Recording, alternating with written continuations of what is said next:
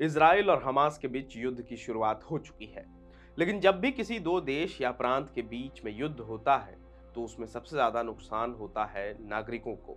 लेकिन उससे भी ज्यादा परेशानी का सामना करना पड़ता है उन लोगों को जो दूसरे देश से आकर उस देश में रह रहे हैं या काम कर रहे हैं। इस युद्ध वाले माहौल में इजराइल में भारत के 18,000 लोग फंसे हैं। इनमें से भी 7,000 विद्यार्थी हैं।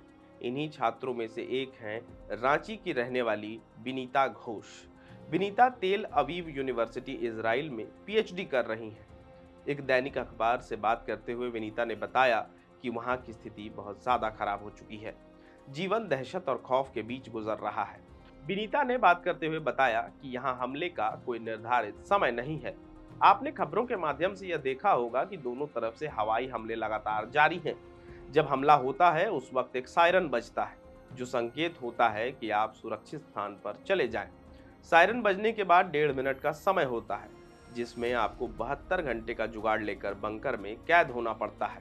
इस बीच परिजनों से बातचीत भी नहीं कर सकते।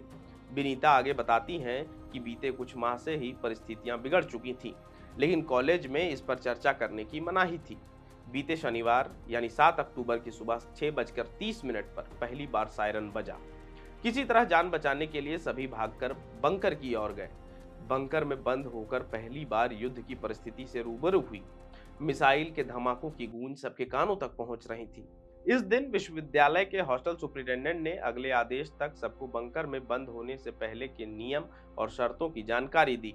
इसके बाद सबसे पहले मोबाइल पर एक ऐप डाउनलोड कराया गया। यह खास ऐप मिसाइल हमले की सूचना और सायरन मोबाइल में भी देता है। इसके बाद प्रत्येक दिन किसी न किसी एक वक्त बंकर में जाने का संकेत मिलता ही रहा। विनीता बताती हैं कि मंगलवार यानी 10 अक्टूबर को उन्हें राशन एकत्रित करने का समय दिया गया था। हॉस्टल बिल्डिंग के नीचे ही राशन की दुकान है। जैसे ही वो वहां पहुंची दोपहर 12 बजे दोबारा सायरन बजा, जिसके बाद वो तेजी से भागी और बिल्डिंग के सीढ़ी के पास छुप गईं। विनीता ने बताया कि विश्वविद्यालय परिसर में 10 भवन के हॉस्टल हैं। इसमें से एक तल में एक विशाल कमरा और सीढ़ी का कॉरिडोर स्टील के चादर से बना हुआ है। इसी को बंकर के रूप में इस्तेमाल किया जा रहा है। विनीता का कमरा हॉस्टल के 7वें तल्ले पर है, जहां से बंकर तक पहुंचने में महज 15 सेकंड का समय लगता है। मंगलवार शाम को विनीता ने भारतीय दूतावास से संपर्क कर घर वापसी की गुहार लगाई, लेकिन दूतावास की तरफ से उन्हें जानकारी दी गई कि इसराइल में भारतीय मूल के 18,000 लोग फंसे हैं, जिनमें से 7,000 विद्यार्थी हैं। आपको बता दें कि विनीता आर्यपुरी रातू रोड की रहने वाली हैं। विनीता के पिता विश्वजीत घोष इस्कॉन में प्रचारक हैं और मां रूपा घोष गृहिणी हैं। फिलहाल के लिए इतना ही। हमारा नाम है ऋषभ गौतम और आप देख रहे हैं thefourthpillar.news। धन्यवाद।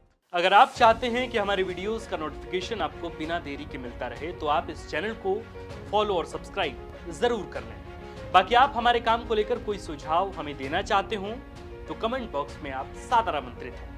इसके अलावा हमारे वीडियोस आपको अलग अलग ठिकानों जैसे फेसबुक, इंस्टाग्राम, ट्विटर पर भी देखने को मिलेंगे, जिसके लिंक डिस्क्रिप्शन में डाल दिए गए हैं। शुक्रिया।